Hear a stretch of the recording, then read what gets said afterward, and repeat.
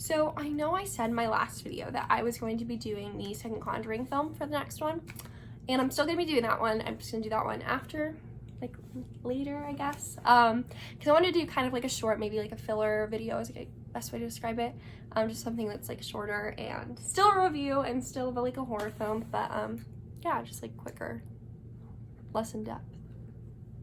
I don't know. Let's give it a go.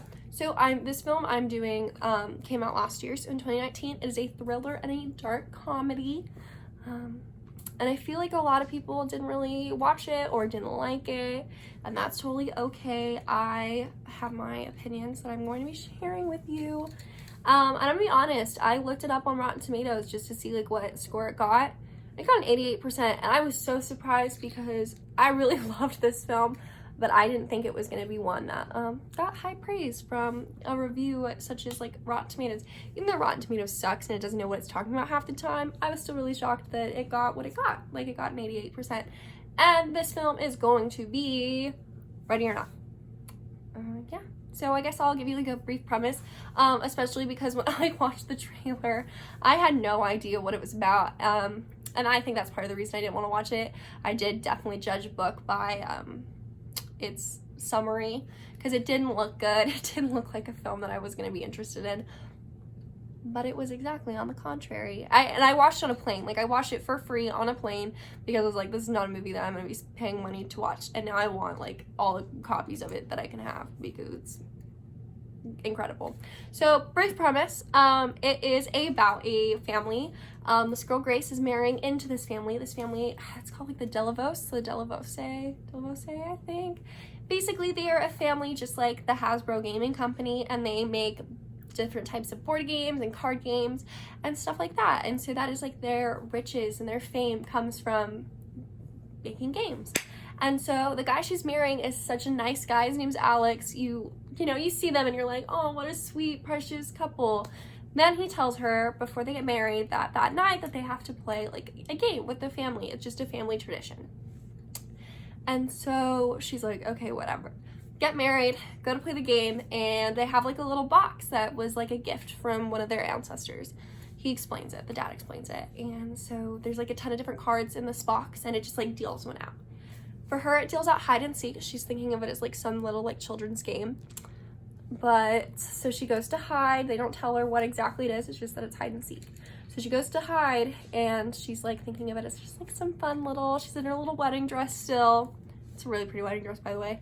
And she's just like, you know, she's doing her thing. Then they all go grab some weapons, and they have to hunt her because if they don't kill her by dawn, something horrible will happen in the family, and they don't know what it is. They just don't want to risk it. So she has to die. They have to kill her. They have to kill the brand new, like, member of their family, the new bride. And why do they have to do this, you wonder? Because the dad also explains this, and it's not like a big spoiler or anything, but basically, like, their ancestor made a deal with a Satanist that, like, to get the fame and fortune of the company, like, for the company and for the family, that they would have to do this, and they like had a trade deal. And the moral of the story is don't trust a Satanist. Just don't do that. At least not like the cinematic Satanist. I'm sure some are fine. Anyways, so yeah, so that's like the whole point of the movie. So then she figures out what's happening, and then she has to like deal with that and like run from the family and that sort of thing.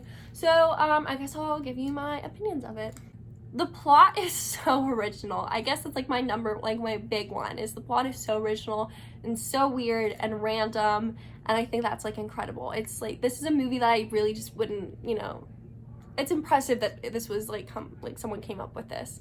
It's a lot, I guess it's like very similar to like the You're Next kind of film, but it's more like there's definitely the comedy aspect in there, and it's like this girl knows who's attacking her. And it's her against like 7 other people, which it does. Your Next does end up being kind of like that, but this is on a different scale. She's fighting her new family.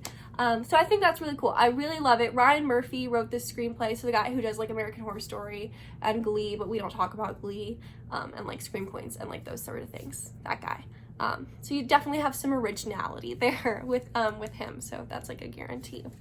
I also really enjoy the horror comedy genre. If movies like if they're done right, like those kinds, they can be like really incredible films that can definitely be like well, like enjoyed and well liked. Like Jennifer's Body and Cabin in the Woods are definitely fit in that like genre, and I love them both, and I think they both were done in a great way, so I think that's why they both are like popular films. Yeah, and that's what this one is. This one's just like this one is in the dark comedy, horror comedy genre, and so that's why it's probably the king of the genre. Also, Adam Brody's in it, and Adam Brody is super, I'm in love with him. I think he's an amazing actor, and he's hot, so I think that just like definitely adds some kudos to this film. Adam Brody. Yeah. And then there's Samara Weaving, who plays Grace, so the girl that's marrying into the family, and she has such a, I'm trying to think of like the right word. The best final girl I've ever seen. She has so much anger and like angst, and just like she just doesn't give any about the fact that this is like her brand new family. She doesn't care. She's all in. Like realizing what the stakes are at, she all in.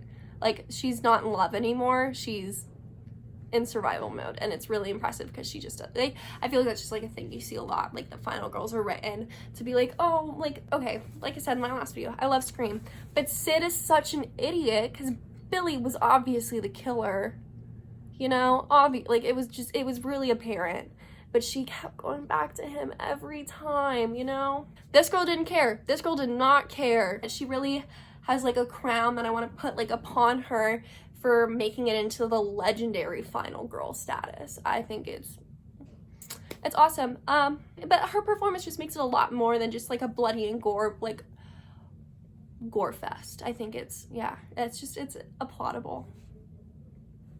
I love it.